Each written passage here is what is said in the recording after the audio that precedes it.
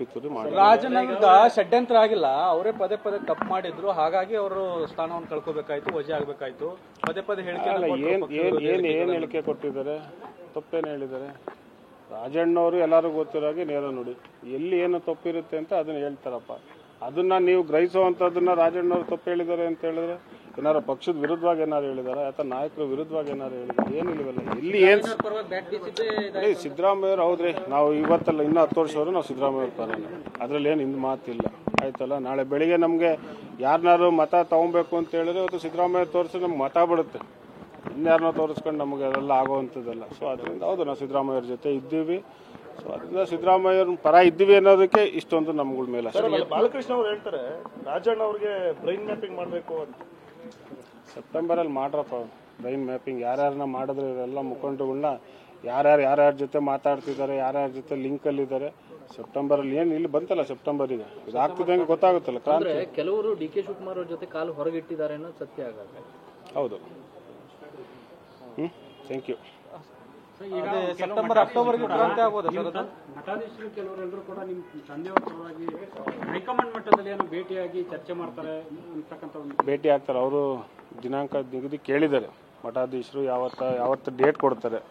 ನಮ್ಮ ಖರ್ಗೆ ಅವರು ಇರ್ಬೋದು, ರಾಹುಲ್ ಗಾಂಧಿ ಅವರು ಇರ್ಬೋದು, ವೇಣುಗೋಪಾಲ್ ಅವರು. ಸೊ ಇವರೆಲ್ಲ ಯಾವತ್ತು ನಿಗದಿ ದಿನಾಂಕ ಕೊಡ್ತಾರೆ ಅವತ್ತು ಸ್ವಾಮಿಗಳೆಲ್ಲ ಹೋಗ್ತಾರೆ. ಅವರು ಕೇಳಿದ್ದಾರೆ, ಅಪಾಯಿಂಟ್ಮೆಂಟ್ ಕೇಳಿದ್ದಾರೆ, ಯಾವತ್ತು ಸಿಗುತ್ತೆ ಅವತ್ತು ಹೋಗಿ ಭೇಟಿ ಆಗ್ತಾರೆ. ನನ್ನ ವಜಾ ಹಿಂದೆ ಒಂದು ಷಡ್ಯಂತ್ರ ಇದೆ ಅಂತ. ಈಗ ದೆಹಲಿಗೆ ಹೋಗಿ ಬಂದ ಮೇಲೆ ಷಡ್ಯಂತ್ರ ಬಹಿರಂಗ ಮಾಡ್ತೀನಿ ಅಂತ ಹೇಳಿದ್ದಾರೆ. ಷಡ್ಯಂತ್ರದಲ್ಲಿ ಇರೋರು ಬಹಿರಂಗ ಮಾಡ್ತಾರೆ ಅನ್ನೋ ಕಾರಣಕ್ಕಾಗಿ ಈ ಆರೋಪ ಅಥವಾ ಸುಳ್ಳು ಆಪಾದನೆಗಳು ಬರ್ತಾ ಇದಾವೆ ಬಿಜೆಪಿಗೆ ಹೋಗ್ತಾರೆ. ಹೌದು ಅನ್ಸುತ್ತೆ ಇವೆಲ್ಲ ಆಪಾದನೆಗಳು ನೋಡಿದ್ರೆ. ಸೊ ಅದು ರಾಜಣ್ಣವ್ರು ಹೇಳೋದು ಸತ್ಯ ಅನ್ಸುತ್ತೆ. Thank you sir. ಸಿಎಂ ಕರೆದು ಮಾತಾಡಿದ್ರೆ ತಮ್ಮ ಹತ್ರ ಮಾತಾಡಿದ್ದಾರೆ.